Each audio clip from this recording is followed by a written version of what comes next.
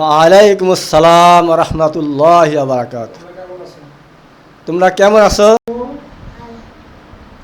আলহামদুলিল্লাহ, আমি খুব ভালো আছি। আপনি কেমন আছেন?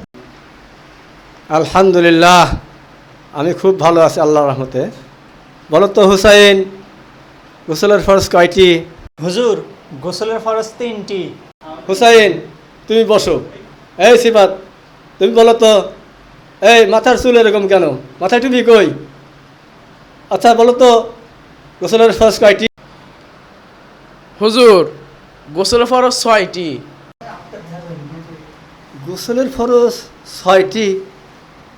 আচ্ছা, তা কিভাবে হলো বলো তো দেখি। হুজুর, যেমন মগ ধোয়া, বালতি ধোয়া, নাকে পানি দেওয়া, গড়গড়ায় কুলি করা, সমস্ত শরীর উত্তমভাবে ধৌত করা। মগ ধোয়া, বালতি ধোয়া, এটাও ফরজের মধ্যে গণ্য করলে। আসা কিভাবে হলো বলতো? হুজুর, গোসলের পূর্বে মগ যদি অপরিষ্কার থাকে, বালতি যদি অপরিষ্কার থাকে, তাহলে কি গোসল হবে? তাই তো। আচ্ছা, তুমি তো 5টা বললা, তাহলে আর একটা কি? এটাও জানেন না? এটা হলো লুঙ্গি। লুঙ্গি আবার ফরজ হলো কিভাবে? গোসলের ফরজ হলো কিভাবে?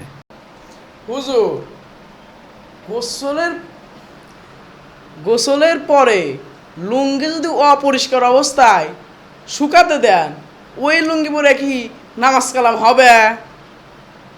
না তো। হুজুর, তাহলে তো এটা ফরজে আইন। সম্মানিত দর্শক শ্রোতা, গোসলের ফরজের সাথে বাকি কাজগুলোও সতর্কতার সহিত আদায় করার চেষ্টা করব ইনশাল্লাহ।